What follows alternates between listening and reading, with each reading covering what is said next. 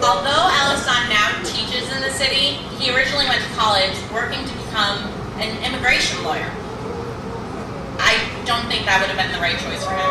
I'm not sure if any of you would think it would be the right choice. But luckily, he met our next speaker, Professor Lisa Holmes. She teaches political science at the University of Vermont, and she was Alhassan's pre-law advisor. Her compassion, commitment, and thoughtfulness led Alhassan to the path he is on today. Please welcome Lisa. Thank you very much. Can you hear me? Okay, fantastic. As some of you may know, there's a person who works for the White House whose job it is to read correspondence from everyday Americans, choose 10 letters a day to give to the president to read every night.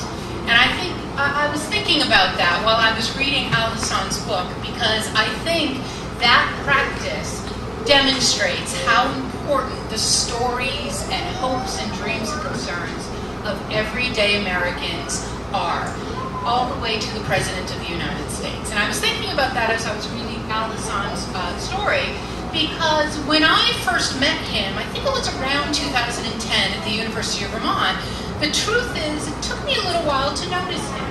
My first recollection of speaking with Alhassan was when he came to my office far sooner than any other student in the class to talk to me about a paper that wasn't due for, 2 months practically. And that was the first inkling I got that this student is special and somebody that I should pay attention to. In the time that he was at the University of Vermont, I knew only bits and pieces about him. I knew he was from the Gambia. I knew a little bit about his family. I knew he was married. I got to meet Bintu very, very briefly around the time that Alhassan graduated. But in reading his book, I've learned so much more, not just about him, but about his family and about his experience. And I think, as I'm sure everyone else who's read this book realized, what I realized is that his story is both very personal and specific to him. Many of the people in this room were discussed and highlighted in his story. But of course, it's also universal, right? Obviously, as his brother has already mentioned, as others have mentioned, the story of immigration in the United States. I thought about my own grandparents who all came here from other countries to work here and to experience their version of the American dream.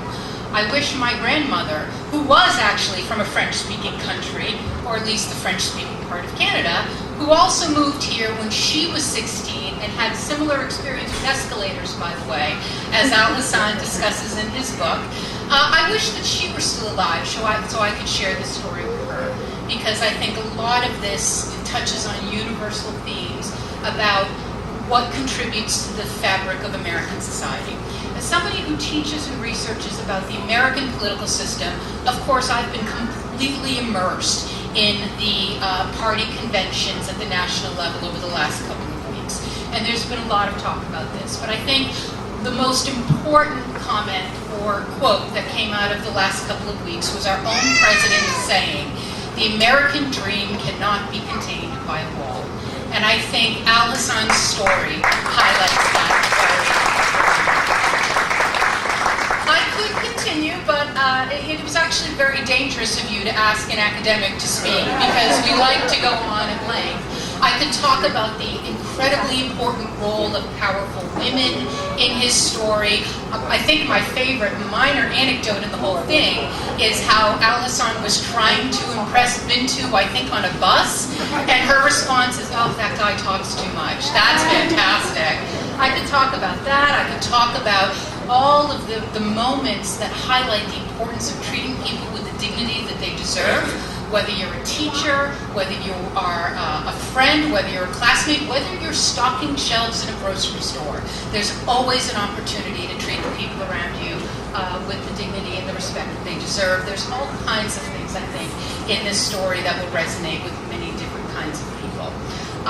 So thank you for inviting me to this. I'm thrilled to be here, and it's nice to know more about Alhassan's story and his family and where he comes from. And thank you all very much.